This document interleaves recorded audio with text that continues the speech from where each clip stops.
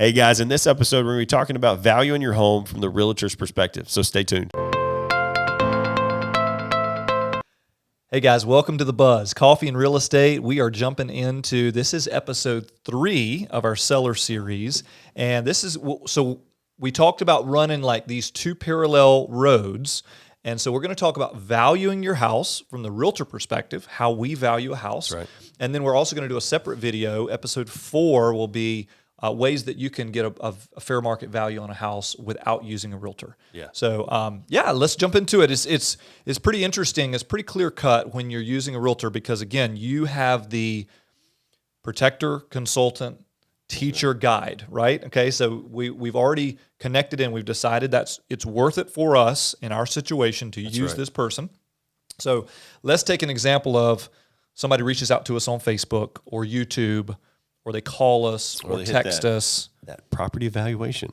Yeah. So property evaluation on our website. Okay, we run a lot of those. So you can get onto the Image Realty Group website and run through the property evaluation tool there. That's going to give you kind of a super broad range. Yep. And then we can follow up with you and say, hey, would you like a little more concise, a little more detailed version of that?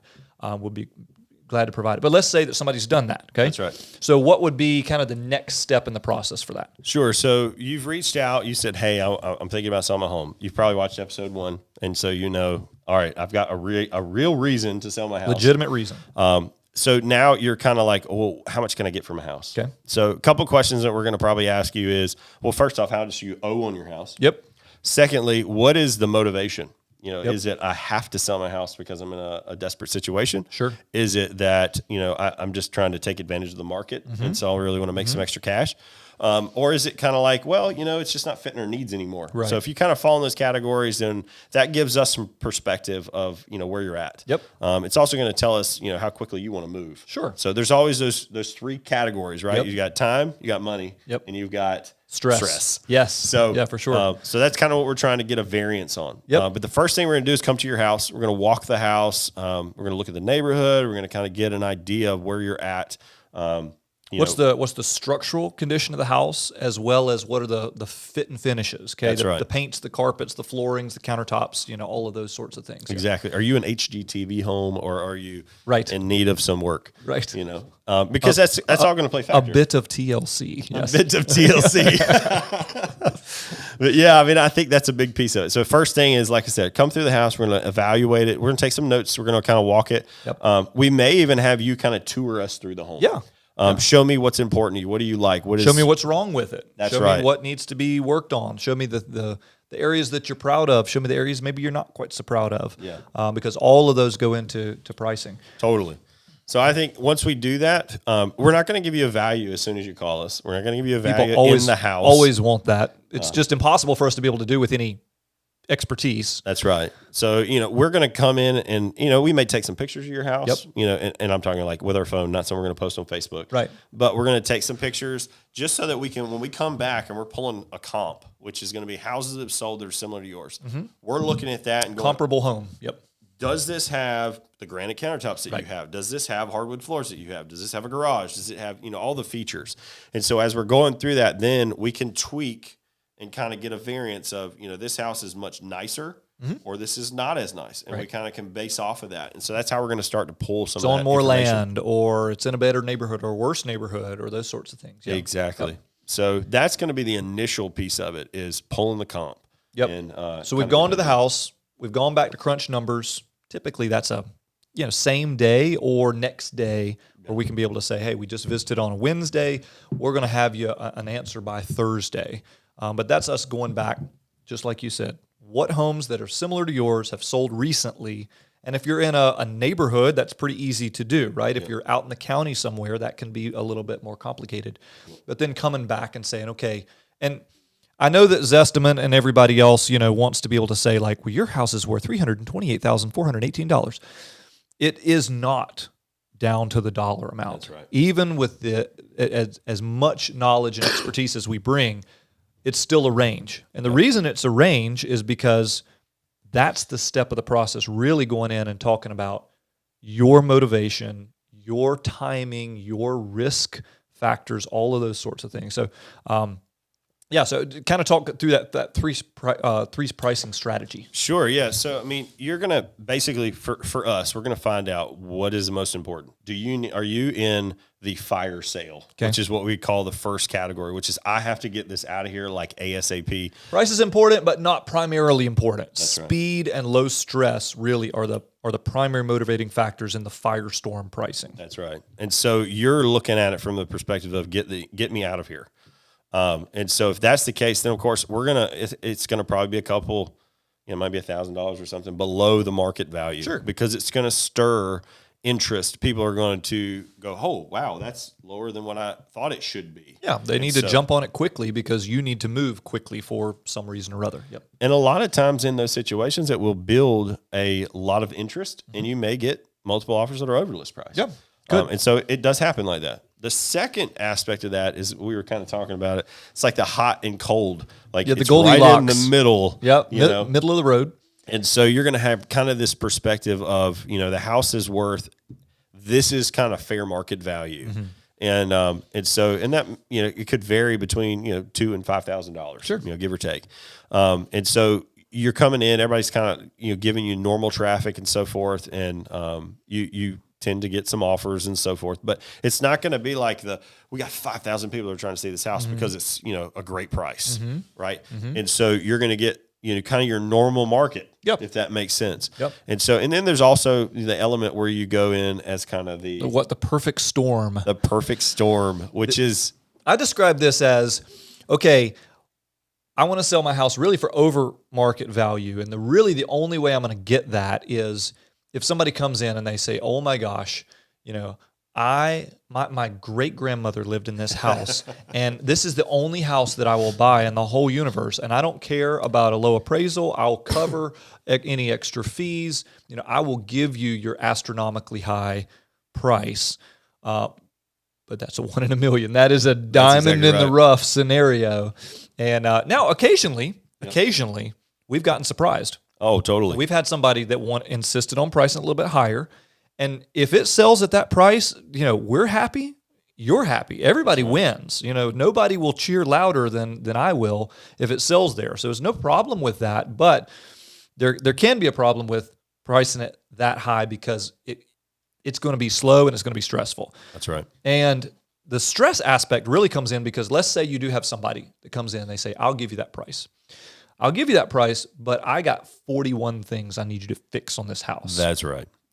Or it may fall through, because they decide, you know what, there are 41 things wrong, and I think I'm just going to keep shopping, and so it could go back on the market one or more times. You could have people that are nitpicking you on repairs because they're paying top dollar, so they really expect that. Yep. So you could have all sorts of additional complexities. That's right. You got the high price, but stress level was super high, and the timing was poor. Yep. So just understand that you're balancing, you're weighing that. I would say we probably have 80, 90% of folks that end up hitting that. They're in the middle. The Goldilocks land, not too hot, not too cold. Fair market value. I want to make it roll at a fairly smooth pace. Reduce the complexities there, but I probably am still going to have to fix one or two things. So just kind of that magic blend of things. Well, and it's funny. We've got 5 listings running right now. Mm-hmm. And one of those listings, we talked through the price points, and we were, kind of on the fence on what we were thinking the price was. And seller's like, well, I think we should go here. And I was like, I am totally fine with doing that. Let's do that. I wouldn't call it the perfect storm price, but it was pretty close. It was pretty close. It was over what it was worth. That's right. And so, I told him, I said, and this is what I tell anybody, if you come in and you choose the higher end, you need to be prepared for, after a week, 2 weeks, if we haven't seen if we're low on traffic, we're not seeing it move, things like that, then we're going to do a price drop. Sure. And that's because the market is telling you that you're overpriced. Right. Your traffic's low, you're not getting offers and so forth. And so interest is dropping. And that's a double-edged sword because what happens is as you get price drops going, then what ends up happening is you end up back at, the Goldilocks price. Right.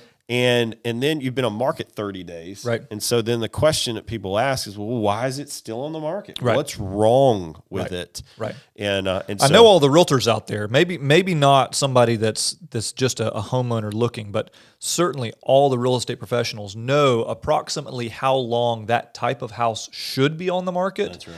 And when it's on the market longer than that, hey, it should have sold in about 2 weeks, but now it's been on for 60 days. And I know it's kind of looking like it's fair market value now on the price. They've done 3 price drops, which means they haven't had any offers. What's wrong with it? That's right. And so you come into the house with a completely different eye. It's one thing if you come into a house looking for what's right about the house. That's what, of course, you want to be able to do, right? You want to price it in such a way, yes, that you got somebody coming in there excited. Oh my gosh, I love this, I love this, I love this.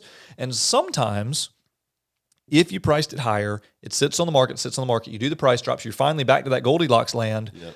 But now somebody's coming in with, like you said, the eye of a skeptic. Yep. There's something wrong here, and I'm going to figure out what it is. And of course, if somebody's looking for something wrong, typically they'll find something. And so it puts that kind of that bad taste in people's mouth. So I would caution against that. It's not 6 of one, half dozen of another. Okay, price it at the fair market value, or price it higher and then work our way down. It's not that simple. Yeah. You do run into kind of a little bit of stigma there, and I hope this house will go ahead and go under contract. But right now it's at the Goldilocks point, and we're still not seeing what we want to see on it, and we may have to do another drop. That's right. So, yeah. So, like you said, that just kind of gives you some perspective going into valuing the home, and so as you're kind of making that decision, and as an agent, that's what we're going to put. Everybody wants us to give the price. Sure. And so I always tell people, like, look, you got 3 choices. These are your choices, and these are the choices you have to make the decision. Yep. I'm not pulling that trigger for you.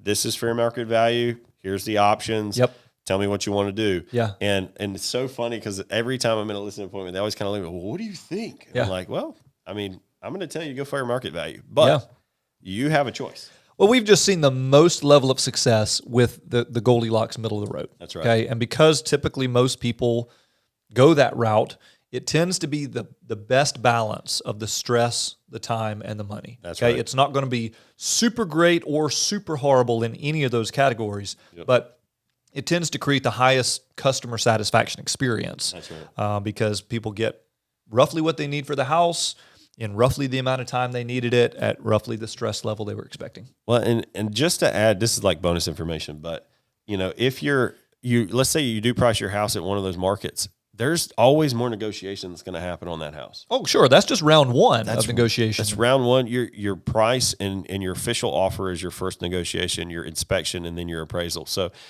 those all have to play a factor. So, sure. Anytime you're overpricing a house, that is when appraisals come into play. Yep, so, for sure. Which we'll talk about as we get in more detail down the road. But I'm glad that you kind of threw that out there because, yes, we agreed on a sale price.